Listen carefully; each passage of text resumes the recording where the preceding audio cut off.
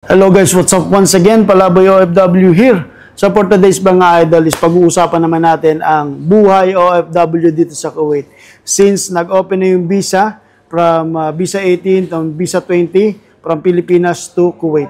So ibig sabihin nun, welcome na lahat ng mga bagong bayani kuno na OFW na papasok sa Kuwait mga idol. So kung ikaw ay isang aplikante, nangangarap ka magtrabaho dito sa Kuwait, so let's go na dito.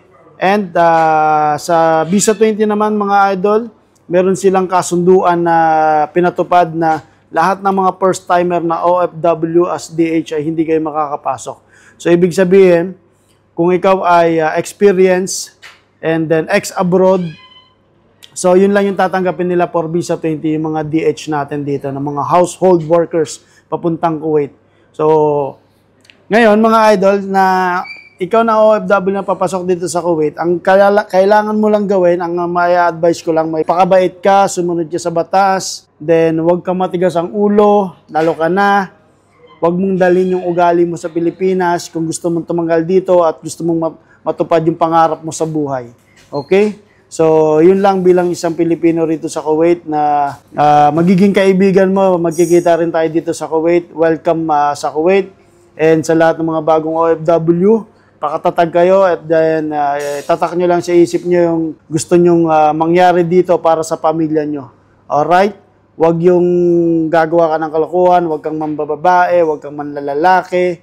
Yan, payo ko yan sa inyo kasi maraming tarantado rito ng OFW na sawa na dito sa mga partner nila. Real talk yan. So, ikaw na bagong OFW na dalaga, bagong OFW na single mom, mag-ingat ka dito dahil maraming tirador dito. Kaya ingat-ingat lang mga lodi. So, walang mangyayari sa'yo dito basta sumunod ka lang sa batas. Medyo may kahigpitan ngayon dito sa Kuwait. And then, ang klima rito is napakainit kung summer, napakalamig kung winter. Alright? So, alam niyo yan.